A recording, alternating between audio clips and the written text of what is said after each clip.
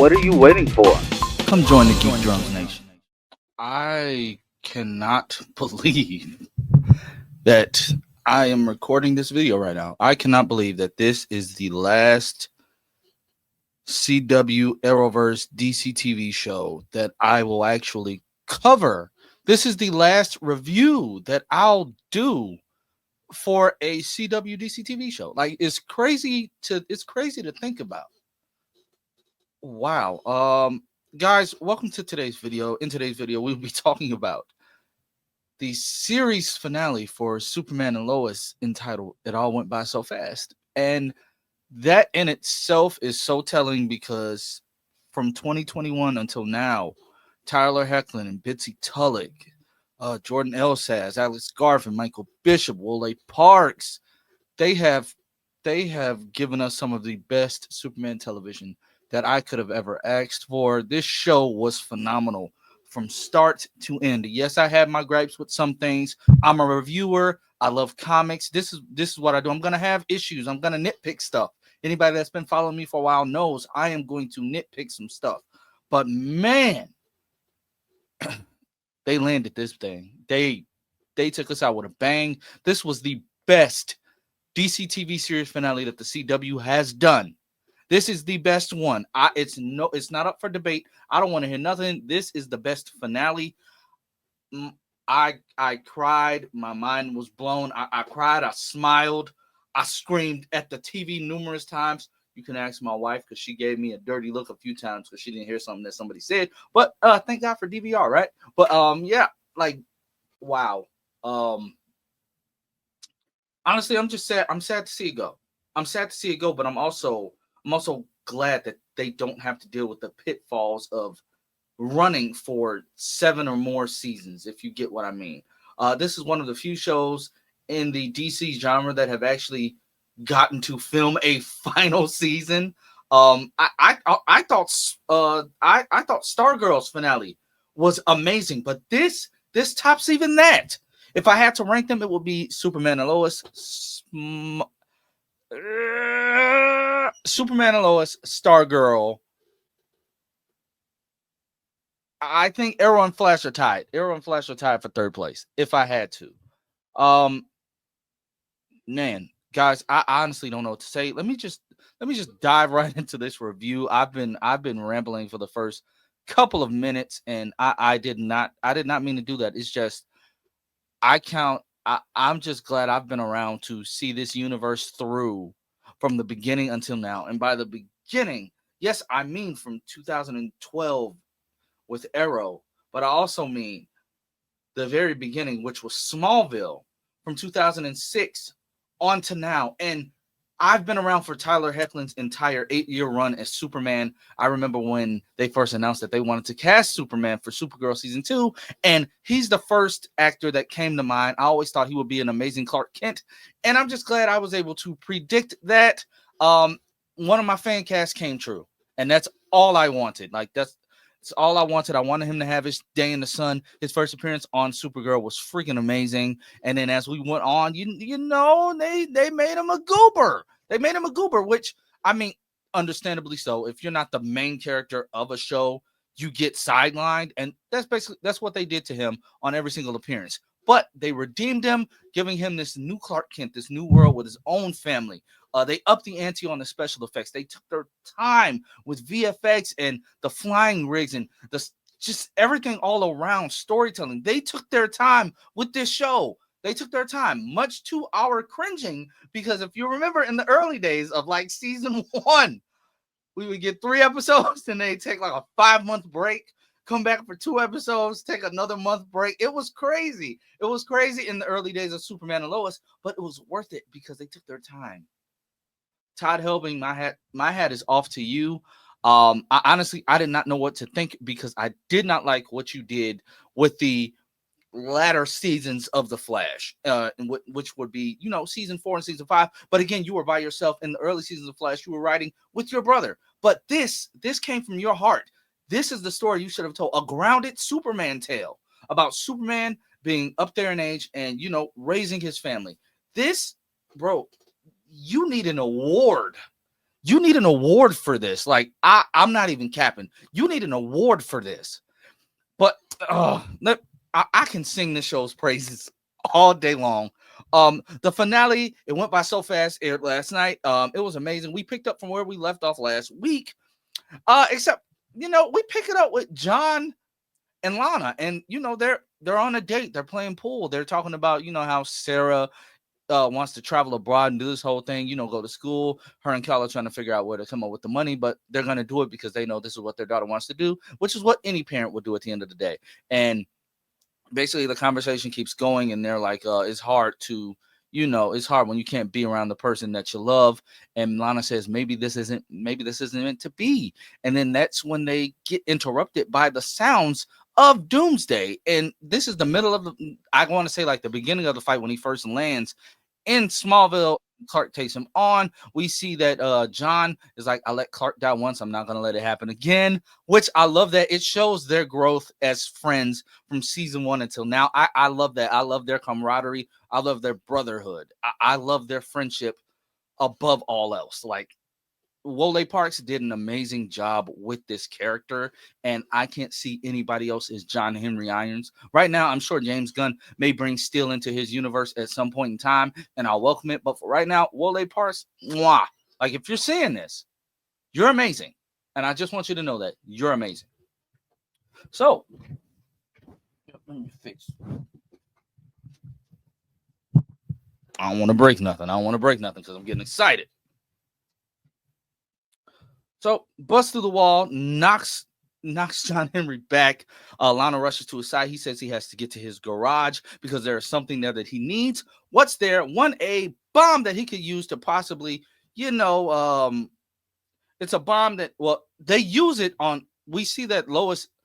So he tells Lana that he has to get to his garage. We know that he does have a weapon there, and the hammer is there, and he can possibly fashion up a new gauntlet so that he can throw the hammer if need be, but he brings a bomb that could possibly short circuit the suit. We know from later on in the episode it does do what it needs to do for the time being to buy them some time, but we cut back to the street. And right when Lois is telling people, run for safety, yada, yada, yada. And she sees that Amanda's running past, and she gives Amanda a piece of her mind. This is literally Amanda's fault, even though Amanda's saying that this was never part of the plan, yada, yada, yada. Lois reads her filth, basically says, you were so busy trying to control Lex. And, and which is true. She was so busy trying to run the show, trying to perfect Lex, trying to redeem him, that she didn't realize that he was playing her the entire time, which is amazing. But she flees town. She flees town. And that's when, she flees town. Next thing we see, Clark and Doomsday they're fighting. They fly back to where Clark was training the boys. That's when the boys do show up and they knock Doomsday back. Clark, being the father that he is, thinking that the boys are not ready, even though they are. And hats off to them because they hold their own this entire episode. They hold their own, and they had a really touching moment that I'll talk about later. But, the emotion in Clark's face, Tyler Hoechlin, hats off to you again, man. You are an amazing Clark Kent. You are an amazing Superman. The emotion in his face when he tells him, like, run, get as far away from here as you possibly can. You're not ready. So they do that. They fly back to Lois. Lois is like, basically, what are you guys doing here? Dad told us to leave him alone. Why would you do that? And it's basically a thing of Lois knows that her sons can handle it. Clark doesn't want them to because, as we know last week, Clark is used to working alone. He doesn't want to have to rely on his sons to defeat this beast because he knows what this beast did to him the last time. And he doesn't want that fate to be for the boys either, which I completely understand both sides of the argument. But right now, and I agree with Lois, you need to let the boys help you. You need their help. It's no ifs, ands, or buts about it. You need their help. And I'm glad he finally did concede. I just want to add this in there. Lana did give a sort of "We Are the Flash"-esque type speech to John Henry Irons. She loves him. And we do see at the end of the episode, 1 year later after all of this, that they do get married. They're living happily ever after. And I was so happy for that. The showrunners did promise that everybody's stories are wrapped up. And Hey, I got to give it up for them. This storyline caught me completely off guard last season. Actually, this whole thing started in season 2, but this whole thing caught me completely off guard last season, and I'm glad that they handled it with grace. They didn't force it down the viewers' throats. They didn't force it down our throats. Yeah, they handled it with grace, and it works for me. I'm glad they got their happily ever after. I'm glad John indeed did find love again, and he found the person that he wanted to be with on their new world, on their new home. Nat's happy, all of that stuff. Him and Nat have a touching moment as well. I wish Nat had more screen time, but we know how that goes. We know how that goes. So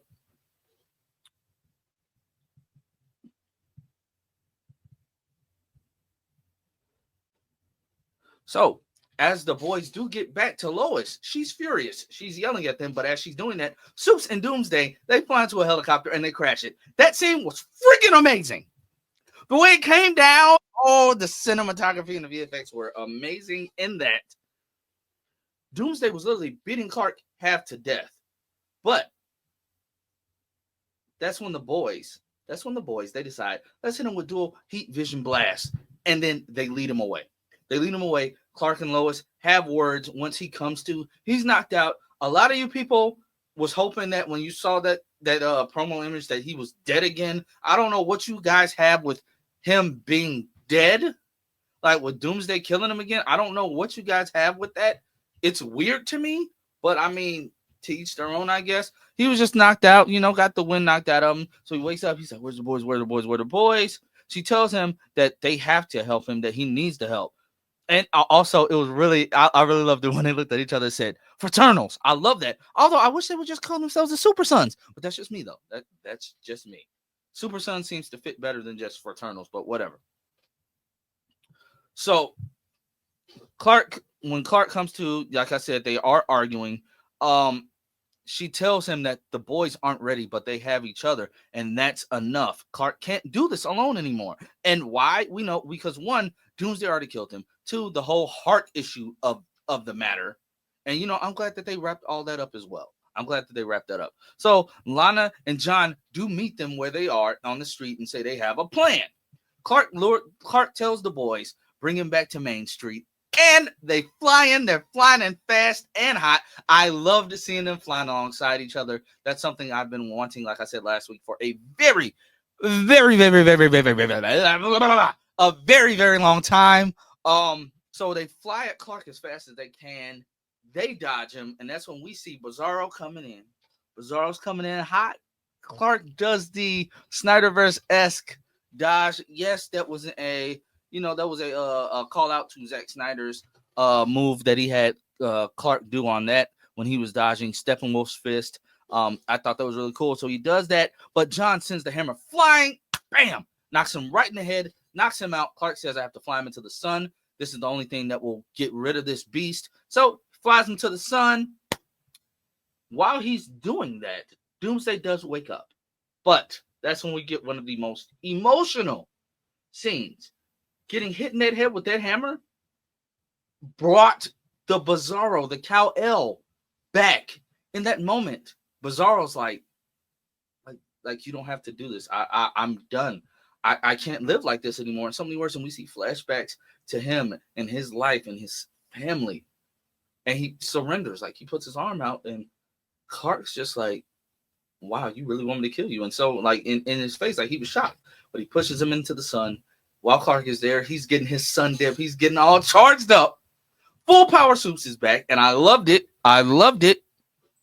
So the other thing that they try to do while Clark is handling Doomsday is they have to get ready for Luthor because they don't know what this maniac is going to do next. So she sends the boys to find Amanda, who is on the run. She has a phone call with Lex, who's literally following her in his war suit. I don't know why she didn't figure that he was following her. And she says, you used me. She says, I'm going to resign from Luthor Corp tomorrow. You can have your shares back. Lex tells her that will no longer be necessary. Why? Because, yes, he's following her. He shoots a missile at her car. The boys come in hot, right in the nick of time, swoop her back. They're flying back to Smallville. They set up a live stream. They're trying to set up a live stream so she can tell the people, so she can tell the people the truth, because nobody will listen to Lois because they kept telling lies and framing Lois as the liar.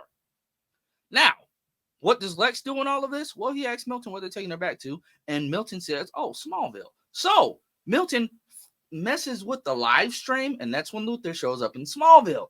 The boys try to take him on. They honestly do. He blasts John with the same thing that he blasts Bizarro with.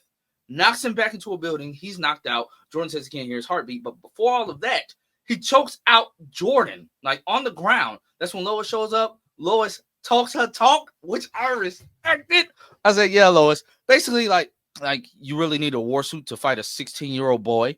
And he's like, a 16-year-old boy with powers. She said, but Clark literally beat your, I'm not gonna say that word on here because I may have younger viewers. I'm not gonna say that word, but she literally says Clark will beat you up all up and down the street with no powers, which rightfully so ticked him off. It teed him off. Like he was so upset after that, but that's what he needed. So he comes at her. He said, "I'm gonna kill you. I'm gonna yada yada yada." He comes at her. She hits him with the concussive bomb thing that John Henry Irons made, which pushes him back. And she says, "You can't stop me." But boom, he can. That's when Soups comes flying in hot. They're fighting in the sky. He shoots the kryptonite screws into him. Now, when he said screws, in my mind, I wasn't literally thinking gigantic screws. I thought it was just gonna scoop his heart out, not literally drill into his body. So they're drilling into his body. Lex is coming after him hard too, throwing punch after punch after punch, talking about why won't you just die? Yada yada yada. Clark does pull the screw out. We get a scene akin to like the Injustice finisher, and we get a scene akin to the Jorge Jimenez comic book cover with Superman doing that awesome punch. Superman punches the suit so hard it shatters, sending Lex flying down to the earth. He flies down, catches him, lands in front of his family. The battle is won. Lex is defeated. It's over. And in that moment, I'm looking at the end. I'm looking at the runtime, and we still have well over 15 minutes left. I'm saying well over 15 minutes minus commercials or whatever. We have that much time left, but the two battles are done. So what's left? Like I said, get a year time jump. Kyle and Chrissy are having another baby boy. Lana and John are married. Lois officiated the wedding, and she said, "You truly are a man of steel." I said, "Oh yeah, he's definitely getting the crest. He's definitely getting the crest." We have really touching moments between all the characters. Coach Gaines was dancing with Jordan, which was really weird. But we get a really touching moment between Jordan and Sarah, and she says, "I think that's what's best for me. I'm only here for another couple of weeks, but I need to get out of Smallville." She asks Jordan what he wants to do. He says that he needs to stay. That this is where he really wants to be, which was nice to see because he finally accepted that is his home. Like that's where he's needed at this point in time, and that was really great to see. Really touching moment between John and Nat, and she's talking about it may not be the home I know, but it may be the home I need. Something along the lines of that. Excuse me if I'm misquoting. I'm just going based off memory because I'm still super hyped from this finale. So after we come back from that next commercial break. Oh, a really touching moment between Kyle and Lana as well. And it's great to see that even though they divorced, they're still really good friends. They still really care about each other. They just know they're not who each other needs right now.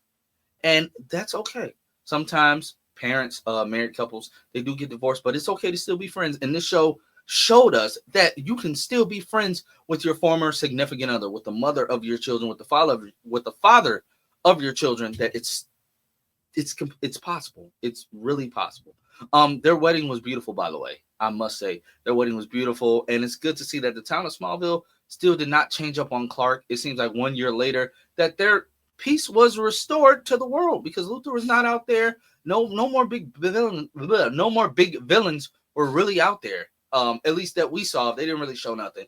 In the years to come, we do know that Clark did live for 32 years with that heart. He says that. So in the future, Clark Kent does die. He does die of old age. His heart gave out. He has a heart attack. It really hit me because one, he dropped and had his heart attack around the same area that his father did, which was crazy. I'm glad Kyle was there. I was not expecting Kyle to be there, but Kyle got the heart beating again, which was good to see. Also, if you look behind them, you did see that John Henry Irons was celebrating 25 years at his Iron Steel Works factory, and they had the mural of him and Nat. So yes, his identity is out as well, which is good to see.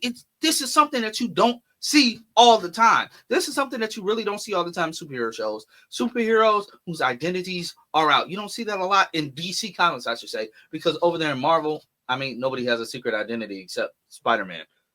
We do get to see Jonathan and Jordan grown up, and they are. One of them is played by Bitsy Tulloch's husband, which was she did tease to say that like if we're fans of Grimm, we should tune in. Me personally, I thought he was gonna show up as like Bruce Wayne or something. I did not expect completely grown up kids. I did not expect to see completely grown up kids, them married and them having that many kids. Saying Superman as a grandfather. Can we talk about the makeup that was used on Bitsy and on Tyler to make them look older? That was amazing. Another thing, I did not expect for Lois to get her cancer back.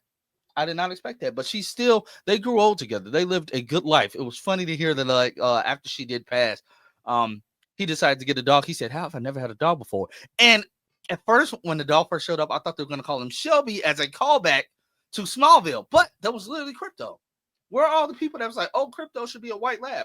Where's all the people that's hating on what James Gunn did with Crypto in his new Superman movie? Where you at? I'm waiting on you. You know what? I'm not gonna start no mess. I'm not gonna start no mess today. But man, this finale was amazing. And what came of Lex, you may ask? Well, he's back at Strikers. He was denied his appeal, rightfully so. So the warden is walking him to a cell and basically tells him, like, "Yeah, you're not in charge anymore." He's like, "What happened to my other cell?" He's in a tiny cell. He says, "That's what happens when you're not the big man in charge anymore." He walks away, and who walks out? None other than Bruno Mannheim. And Bruno tells him, like, "Yeah, you're going to be my chair," which is fitting because of what Lex did to everybody else when Bruno was not in there. This is fitting. This is fitting, and Lex got what he deserved. But speaking of Lex getting what he deserved, we do see that in Clark's afterlife, he does indeed forgive Lex. I think that says a lot to who Clark is and who Superman is as a person. We also see that in the years to come, they founded, they use their celebrity to start up a few foundations. It's a season called, it's a foundation, excuse me, called For All Seasons, which is an Easter egg for a comic book storyline called Superman For All Seasons. So I thought that was really cool. They also started a Samuel Lane Medical Center. It was good to see everybody come back in some shape, form, or fashion. They did bring back Dylan Walsh. They brought him back as we saw the scene from when he did pass, from when Sam Lane did die. We saw that, so that was good. Like that scene still hits me. That's one of the most emotional deaths on the show. But watching Bitsy pass and knowing that Clark and the boys all heard her heart stop beating, that was crazy. And then watching Clark pass and seeing that whole montage at the end was heartwarming because in the end he did get reunited with the love of his life, with the only girl that he'll ever love this much, Lois. Guys, I can't say too much more about this episode. Oh, we saw the boys. The boys did get their suits. We saw the super family. Superman finally has the team that he never got to work with, and it's his sons. It's his best friend John and John's daughter. Like the super family, they recreated that panel cover from Superman Action Comics. They recreated that perfectly. The boys' suits are different takes on Connor Kent's on Connell from the comics, from his different ones from the New 52 and ones from the pre-crisis look for Connell from Connor Kent. From the Death of Superman, just minus the jacket. I can't say much more about this episode, guys. This show is amazing, and I am really I'm sad to see it go. Honestly, I don't know what else I can say except it's been a wonderful run, and man, I just look for what's next to come. Whatever these actors are in, I'll always watch, but it's really weird knowing that next Monday when I turn on the TV, I won't be seeing Tyler Hoechlin suited up as Superman anymore. It was like that when I thought about the Flash ending, when I thought about Arrow ending, Supergirl ending, Black Lightning ending. Batwoman getting canceled, Legends of Tomorrow getting canceled. We're not going to see these actors every week anymore in these roles that we have grown to love them in. And it's a testament to the old CW regime before they got taken over by Nexstar. It's a testament to them. They made us fall in love with these characters. The CW gave us DC in a way that Warner Brothers couldn't do at the time. And for Superman alone, Tyler Hoechlin made us fall in love with Supes when Warner Brothers was ready to throw him to the wayside. And man, long live the Arrowverse, long live the DC TV universe. Wow. I'll catch y'all later before I start crying for real. I wasn't ready, bro. But let me know what you guys think about the episode down below in the comment section. I will catch you all later. I have more videos on my thoughts that I will post later on this week. I have a good one just criticizing some of these bad theories that came out about it. Not criticizing, but just talking about them, having a good laugh at them, just having some fun. Man, this is my last Superman and Lois review. I can't believe it.